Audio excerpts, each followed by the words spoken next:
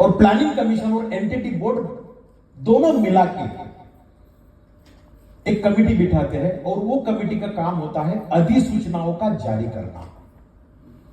कोई भी अधिसूचना अगर जारी करनी होती है तो अधिसूचनाओं को जारी करने के लिए सबसे पहले कानून में एक प्रावधान होता है, संविधान में एक प्रावधान होता है। सबसे पहले उस कानून को स्टेट गवर्नमेंट के तहत विधिमंडल में लाना पड़ता है।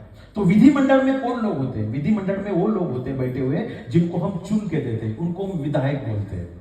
विधिमंडल दो सभागृह का होता है, एक होता है विधान परिषद एमएलसी और दूसरा होता है विधानसभा एमएलए। ये दोनों मिला के विधिमंडल का गठन होता है।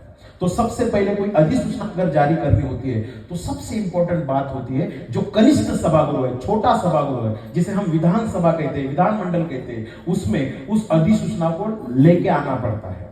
लेके आने के बाद 2/3 बहुमत से जो एमएलए होते हैं जिनको हम चुन के देते हैं वो उसके ऊपर डिबेट करते हैं, चर्चा करते हैं और 2/3 बहुमतों से उस विधेयक को हम पारित करते हैं। जैसे विधायक विधिमंडल में जो अध्यक्ष होते हैं उनकी स्वाक्षरी होती है, विधिमंडल के अध्यक्ष के स्वाक्षरी होने के बाद वो विधेयक चला जाता है वरिष्ठ सभागृह में, जिसे हम एमएलसी बोलते हैं। एमएलसी में भी डिस्कशन होता है। एमएलसी का डिस्कशन होने के बाद उस अधिनियम को पारित किया जाता है और उस अधिनियम को पारित करने के बाद दोनों सभागृहों की मान्यता मिलने के बाद वो स्टेट गवर्नमेंट का जो कैबिनेट मिनिस्ट्री का कमेटी होता है उस कैबिनेट मिनिस्ट्री की कमेटी में वो विधेयक को अधिसूचना को जारी करना पड़ता है। फिर कैबिनेट का एक मीटिंग होता है जहां पे chief minister, deputy chief minister, उस मंत्री का जो खाता होता है उस खाते का मिनिस्टर, सब लोग बिठा के उसमें सिक्का मुहूर्त करते हैं। तीनों की स्वाक्षरी होता है और तीनों की स्वाक्षरी होने के बाद ये पूरा अधिसूचना चला जाता है गवर्नर के पास। गवर्नर का नाम मतलब राज्यपाल। गवर्नर के पास वो चला जाता है। गवर्नर क्या करता है? उसके ऊपर 3 लोगों की कमेटी बिठाता है।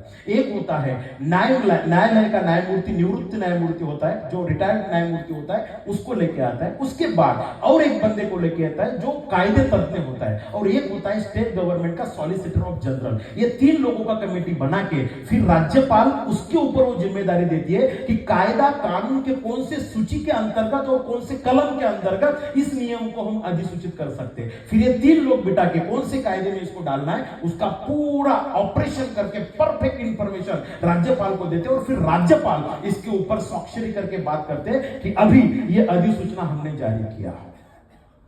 तो गवर्नर ने स्वाक्षरी देने के बाद यही कमेटी, पूरा जो ड्राफ्टिंग कमेटी होती है वो ड्राफ्टिंग कमेटी ये सूची को लेके संसद में लेके जाते हैं। संसद 2 सभागृह से बना होता है। एक होता है लोकसभा जिसे हम एमपी बोलते हैं, एक होता है राज्यसभा, उसको भी हम एमपी बोलते हैं। लोकसभा एक कनिष्ठ सभागृह होता है, राज्यसभा एक वरिष्ठ सभागृह होता है। पूरा अधिसूचना चला जाता है लोकसभा में। लोकसभा में जितने एमपी बैठे हुए होते हैं उनको भी 2/3 बहुमत से उसको पाठिंबा दिया जाता है। पाठिंबा मिलने के बाद लोकसभा के अध्यक्ष उसके ऊपर स्वाक्षरी करते हैं। फिर वो विधेयक चला जाता है राज्यसभा में। राज्यसभा में भी उसके ऊपर डिबेट्स होता है और डिबेट्स के बाद पूरा फाइनल होने के बाद राज्यसभा के पदस्थ जो अध्यक्ष होते हैं उनका नाम है उपराष्ट्रपति। उपराष्ट्रपति की स्वाक्षरी होती है और फिर विधेयक जाता है कैबिनेट के पास। कैबिनेट में कुछ मंत्रीगण बैठे हो जिसके प्रमुख होते हैं कार्यकारी प्रमुख, देश के prime minister, deputy prime minister हो गए तो डेप्यूटी प्राइम मिनिस्टर और उस खाता का जो मंत्री होता है वो लोग मिला के उसको कार्यकारी मंडल का मान्यता देते हैं। कार्यकारी मंडल का मान्यता देने के बाद अंतिम मान्यता के लिए वो विधेयक चला जाता है राष्ट्रपति के पास। राष्ट्रपति फिर 3 लोगों की कमेटी बिठाता है। सबसे पहले solicitor of general central government, एक उस समय का सबसे बड़ा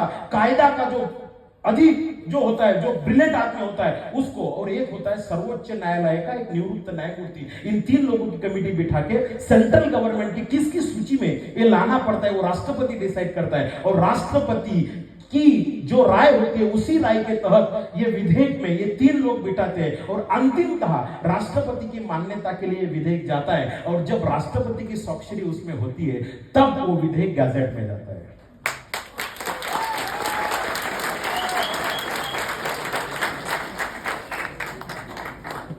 भारत के डेमोक्रेसी में बोला जाता है ये लीगल बिजनेस बन चुका है।